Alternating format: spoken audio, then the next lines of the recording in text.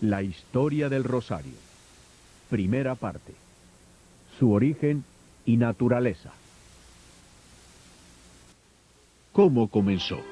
Santo Domingo, el santo fundador de la orden de sacerdotes y religiosas y religiosos dominicos, es a quien muchos papas han llamado el autor o el iniciador del Santo Rosario, tal y como ahora lo conocemos. Durante su vida, a principios de 1200, una secta herética, conocida como los albigenses, estaba ocasionando un daño indescriptible a la Iglesia y al Estado. Los herejes enseñaban al pueblo que todo lo material era malo, incluso el cuerpo humano. Por tanto, el suicidio era una cosa buena y el matrimonio algo muy perverso. Domingo hizo su mejor esfuerzo para revertir la marea de este mal a través de sus prédicas fervientes y su vida santa. Pero tuvo poco éxito. Preocupado por esa lucha, él suplicó a la Madre de Dios que le mostrara cómo podía ser que regresaran a la iglesia los descarriados albigenses. Cuenta la tradición que la propia Virgen María se apareció a Domingo en Francia y que ahí le reveló el rosario. La Virgen le mostró claramente a Domingo que si meditaban en la vida, muerte y resurrección de su Hijo, uniendo a esta acción la recitación del Ave María, los enemigos de Cristo serían vencidos. Por sí solas, la fuerza física o la prédica elocuente jamás podrían tener éxito. Esta devoción, la cual tú deberás difundir por medio de tu prédica, es una práctica muy querida para mi divino Hijo y para mí. Es el medio más poderoso para destruir la herejía, superar el vicio, fomentar la virtud, implorar la misericordia divina y obtener protección. Los fieles recibirán muchos beneficios por medio de él y siempre me encontrarán dispuesta a socorrerlos en sus necesidades.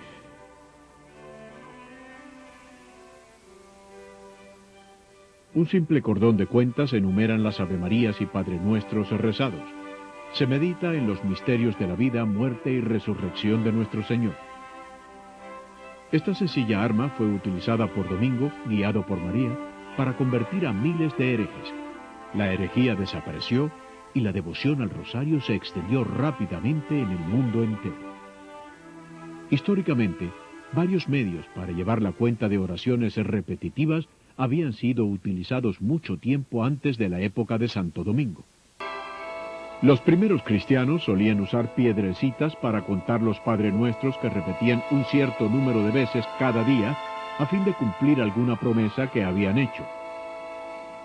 Más tarde, comenzaron a llevar consigo contadores que hacían ensartando semillas en un cordón a fin de facilitar la cuenta. Ellos llamaban paternosters o cuentas del Padre Nuestro a estos cordones por los Padre Nuestros que rezaban con cada una de ellas. Alrededor del siglo XII, en Europa la gente rezaba Ave Marías una y otra vez y las enumeraba con cuentas de la misma forma en que antes lo habían hecho con los Padre Nuestros. En los monasterios, los monjes que eran sacerdotes cantaban el oficio divino diariamente. Este se componía de los 150 salmos de la Biblia.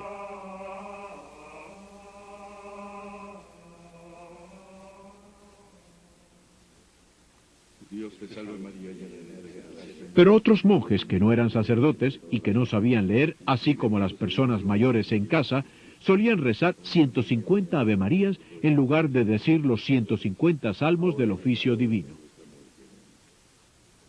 Por esta razón, el rosario de 150 cuentas frecuentemente era llamado el Salterio de Nuestra Señora o a veces el Salterio Breve, en vista de que las 150 Ave Marías tomaban el lugar de los 150 salmos. Sin embargo, la división de las 150 cuentas en las 15 decenas o grupo de 10, separadas por las cuentas grandes del Padre Nuestro, fue por primera vez enseñada por la Virgen María a Santo Domingo. María dividió el rosario como un medio para instruir a sus hijos en las verdades de su religión, que no es otra cosa que la historia maravillosa del amor de Dios por ellos. Ella eligió 15 de las escenas o pasajes más importantes de la vida de su hijo, una parte de la historia del amor de Dios por nosotros. María pidió que sus hijos meditaran, esto es, que pensaran en estos eventos mientras rezaban las avemarías de su rosario. Estas 15 escenas son llamadas los misterios del rosario, y fueron especialmente seleccionadas por la Virgen para instruir y recordar continuamente la buena nueva del amor de Dios y su plan de tenernos con Él para siempre. Son llamados los misterios del rosario porque si bien se trata de eventos visibles, nosotros jamás podremos llegar a comprender totalmente su significado.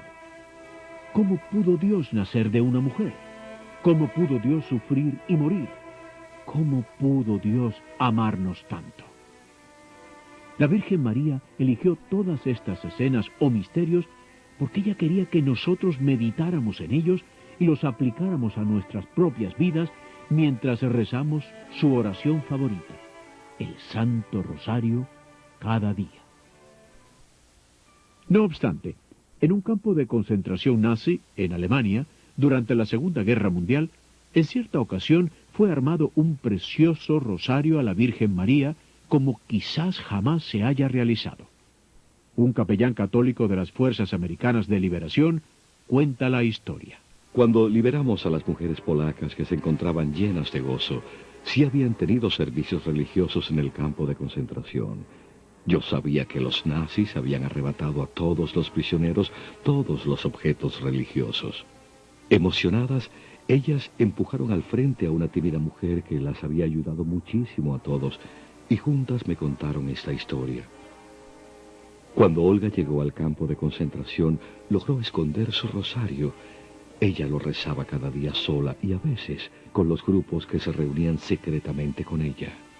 Rezar el rosario las consolaba a todas. Gradualmente se convirtió en algo más que una devoción. El rosario llegó a ser un símbolo precioso de toda su fe. Era su único lazo visible con Dios. Pero su rosario escondido fue descubierto y se lo llevaron cuando el campo fue trasladado porque se acercaba el ejército americano. En ese momento, Olga determinó más que nunca tener un rosario para ayudar a conservar la fe en medio de esas pruebas inhumanas y degradantes. Ella buscó frenéticamente, pero el nuevo campo estaba tan desolado que le fue absolutamente imposible encontrar algún metal o chatarra que ella pudiera usar para fabricar otro rosario. Ellas eran alimentadas con una dieta de hambre, un pedazo de pan negro o una patata, o bien alguna sopa aguada. Pero la primera comida consistente en un trozo de pan le sugirió una idea. Después de una intensa búsqueda, extrajo un hilo del largo de su áspero vestido de presa. Al día siguiente, Olga amorosamente dividió su pequeño trozo de pan negro en muchísimas secciones diminutas. Estaba segura de que le sería una respuesta a sus oraciones. Después, fijó al hilo cada minúsculo pedacito de pan, dándole forma de una bolita negra. Hizo una cruz, atando 2 ramitas de madera a uno de los cabos del hilo, y así nuevamente tuvo un precioso rosario de cuentas negras.